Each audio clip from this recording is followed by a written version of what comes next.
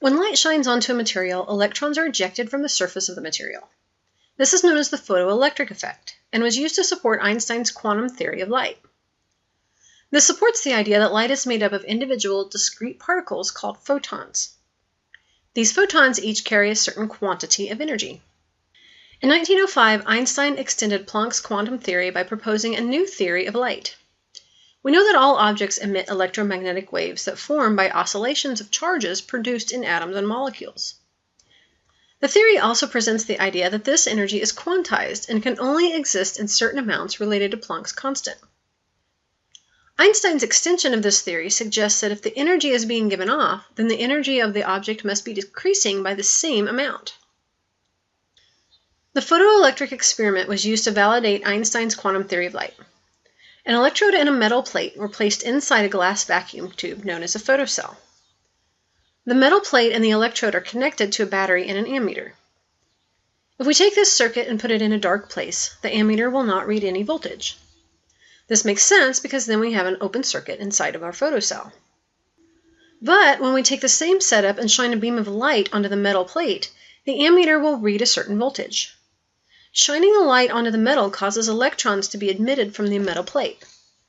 These electrons move across the space between the electrode and the metal plate and allow the circuit to be complete. This emission of electrons when light is shining on an object is what is known as the photoelectric effect, and is used to validate the idea that light consists of tiny particles. If we look at the photoelectric effect through the lens of a wave theory of light, then we can make a couple predictions. One is that the intensity of the light increases, then the greater the electric field amplitude. This greater electric field should eject electrons with a higher speed, and therefore more electrons will be emitted. The higher ejection speed should also increase their kinetic energy. The second prediction says that the frequency of light should not affect the kinetic energy of the ejected electrons. Only the intensity should. The quantum theory of light, however, makes completely different predictions. We know that the energy given off is equal to the frequency of the light emitted times Planck's constant.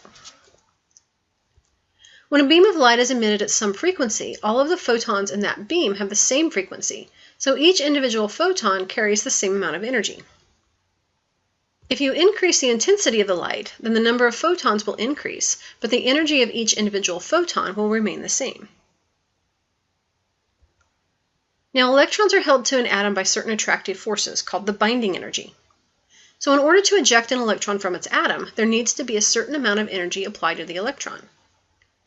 According to Einstein's theory, all of the energy from the photon will be transferred to the electron, and the photon will be no more. So there must be some minimum energy supplied by the photon in order for the electron to break away from its attractive force. In other words, the photon must be doing a minimum amount of work on the electron for it to be emitted. This minimum amount of work is called the work function, and it is represented by W0. So if the energy that is carried by the photon is less than the work function of that of the electron, then the electron will not be emitted. The photon simply does not have enough energy to overcome the attractive force of the atom to the electron. However, if the amount of energy carried by the photon is more than the work function of the electron, then that electron will be ejected from the atom. The electron leaves the atom with some velocity that can be described as the kinetic energy of the electron. Since h is constant, that means there is a certain frequency of light that must be present for the photons to have enough energy to eject the electrons. This minimum frequency is known as the cutoff frequency. The conservation of energy still applies here, so the amount of work done to eject the electron added to the final kinetic energy of the electron as it leaves the atom is equal to the total energy of the photon that collided with it.